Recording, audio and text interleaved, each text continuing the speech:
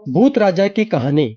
भारत की प्राचीन धरती पर अनगिनत रहस्यमयी कहानियां छिपी हैं। उन्हीं में से है एक भूत राजा की कहानी, जो साहस, विश्वासघात और श्राप से जुड़ी एक रोमांचक लोक कथा है। कहा जाता है कि विद्यपुर नामक राज्य में एक वीर और गर्विला राजा रहता था, जिसकी आत्मा आज भी अपने महल में भटकती है। यह कथा हमें इतिहास की उन अनगिनत घटनाओं तक ले जाती है, जहां एक राजा का अहंकार, विश्वासघात और प्राचीन श्राप उसकी जिंदगी को बुरा बना देता है।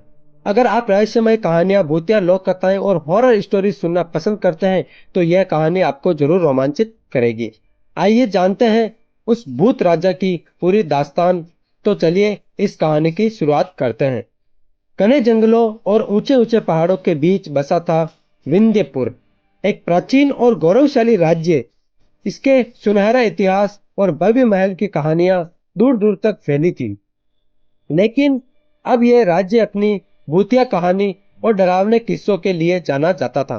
गांव के लोग फुसफुसाते हुए कहते थे कि विंध्यपुर का असली राजा अभी भी अपने महल में रहता है, लेकिन वह अब इंसान नहीं बल्कि एक भटकती आत्मा है। भूत राजा। राजा के सन्नाटे के महल की दीवारें जैसे उसकी अधूरी कहानी सुनाती थी, और हर आने जाने वाला यात्री उसकी मौजूदगी को महसूस करता था। विंध्यपुर का महल कभी इस राज्य का गौरव हुआ करता था। सोने चांदी से सजी दीवारें, विशाल दरवाजे और प्रांगण में बनी संगमरमर की मूर्तियां इसकी भव्यता की गवाह देती थी। लेकिन अब यह महल वीरान और सुनसान था। लोग कहते थे कि यहाँ रात को ठहरने वाला कोई भी सुबह तक अपनी पूरी हिम्मत खो देता था। दीवारों से अजीब सी आवाजें आती, जैसे कोई तलवार लहरा रहा हो, और कभी कभी घोड़ों की टापों की गूंज सुनाई देती। गांव के बच्चे और बूढ़े सभी इस भूत राजा की कहानी से डरते थे, पर कोई नहीं जानता था कि इस कहानी की शुरुआत कहां से हुई थी। कई सौ साल पहले विंध्यपुर पर महाराज वीर विक्रमादित्य का शासन था। वह एक वीर, निपुण और न्यायप्रिय राजा थे। उनकी प्रजा उन्हें भगवान की तरह पूजती थी, लेकिन हर इंसान की तरह उनकी भी एक कमजोरी थी, उनका अहंकार। वे अपनी ताकत और शक्ति पर इतना गर्व करते थे कि कभी कभी दूसरों की भावनाओं को अनदेखा कर देते थे। एक बार राजा ने अपने शिकार के लिए एक नया मैदान बनवाने का फैसला किया। इसके लिए उन्होंने जंगल में वह जमीन चुनी जो साधु महात्माओं के लिए रखी गई थी। वहाँ कई साधु तपस्या करते थे और वह स्थान उनके लिए पवित्र था। जब गांव के लोगों और साधुओं ने इसका विरोध किया, तो राजा ने उनकी एक न सुनी। एक बूढ़े साधु, जिनका नाम था अग्निमुखी, ने राजा से विनती की कि वह उस पवित्र जमीन को छोड़ दे।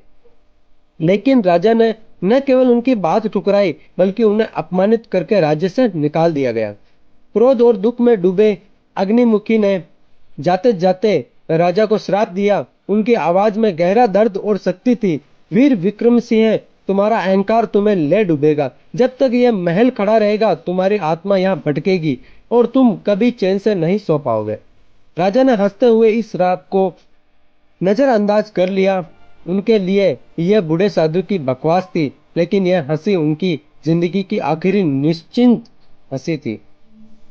कुछ महीनों बाद विंध्यपुर पर एक पड़ोसी राज्य ने आक्रमण कर लिया। यह युद्ध आसान नहीं था। दुश्मन की सेना ताकतवर थी और उनकी रणनीतियां चतुर थी। फिर भी महल वीर विक्रम सिंह ने अपनी सेना का नेतृत्व किया और युद्ध के मैदान में डटकर मुकाबला किया। उनकी तलवार की चमक और वीरता देखकर दुश्मन भी कांपने लगे। लेकिन किस्मत को कुछ और ही मंजूर था। उनके अपने ही सेनापति जयराम ने गद्दारी की। उसने दुश्मन से गुप्त समझौता कर लिया और युद्ध के बीच में राजा को धोखे से घेर लिया। महल के प्रांगण में, जहां राजा अपनी आखिरी लड़ाई लड़ रहे थे, जयराम ने उन्हें पीठ में खंजर घोंप दिया। राजा की आंखों में विश्वासघात का दर्द और क्रोध साफ दिख रहा था। उनकी आखिरी सांस के साथ ही वहां मौजूद हर सैनिक ने देखा कि राजा का चेहरा अपमान और गुस्से से भरा हुआ था। उसी रात जब राजा की चिता जलाई गई, महल में अजीब सी घटनाएं शुरू हो गई।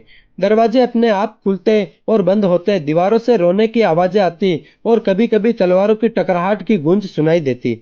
गांव के लोग डर गए और धीरे धीरे महल को छोड़कर भागने लगे। विंध्यपुर, जो कभी समृद्ध और खुशहाल था, अब एक वीरान और डरावनी जगह बन गया था। समय बीतता गया और विंध्यपुर की कहानी एक डरावने किस्से में बदल गई। लोग कहते थे कि भूत राजा की आत्मा अभी भी अपने विश्वासघाती सेनापति जयराम की तलाश में भटक रही है। जो भी महल में रात बिताने की हिम्मत करता, वह सुबह तक डर से कांपता हुआ निकलता है। कुछ लोगों ने दावा किया कि उन्होंने एक सुनहरे कवच में लिपटे हुए राजा की परछाई देखी, जिसकी आंखों में आग थी और आंख में तलवार चमक रही थी।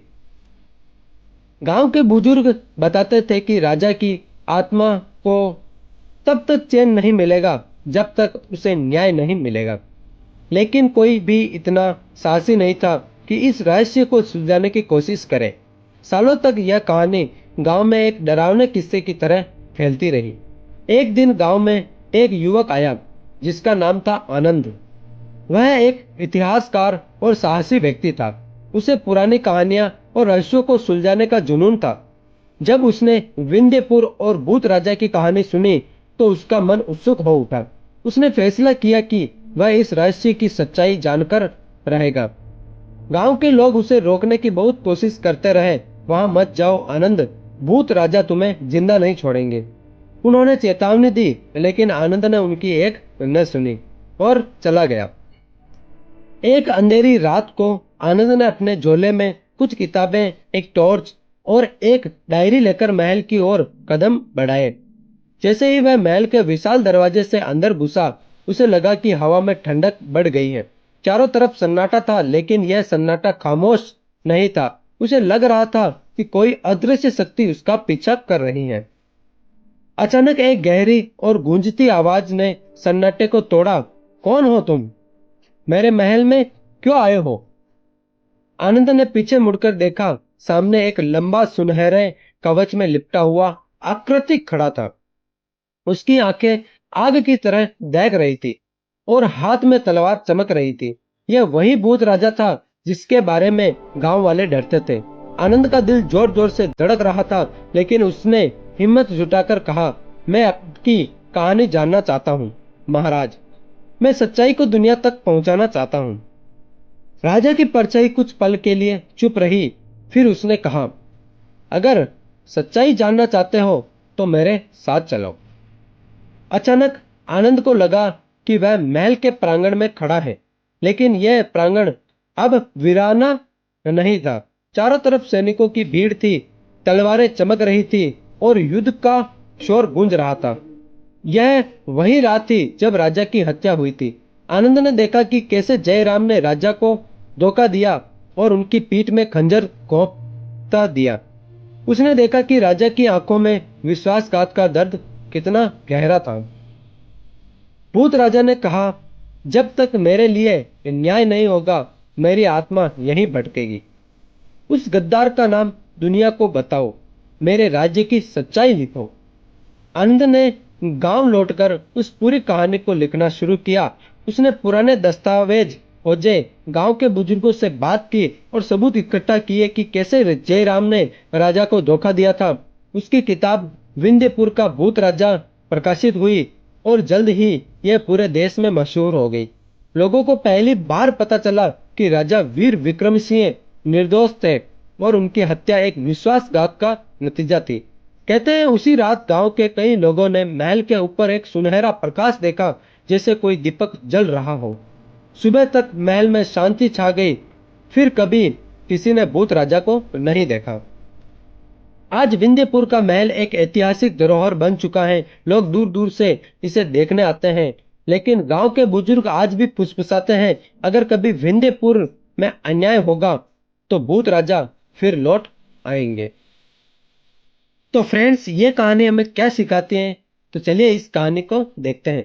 ये कहानी न केवल एक भूतिया दास्तान है, बल्कि यह भी सिखाती है कि सच्चाई और न्याय की ताकत किसी भी श्राप को तोड़ सकती है। आशा करता हूँ फ्रेंड्स, यह हॉरर स्टोरी आपको अच्छी लगी होगी। अगर अच्छी लगी हो तो अपने मित्रों के साथ शेयर जरूर करें और अपने इस चैनल को सब्सक्राइब करना ना भूलें, ताकि हमारे द्वारा जो भी नए वीडियो का नोटिफिकेशन हो वो आप तक पहुंच सके। तो मिलते हैं अगले नेक्स्ट वीडियो में। तब तक के लिए जय हिंद, जय भारत।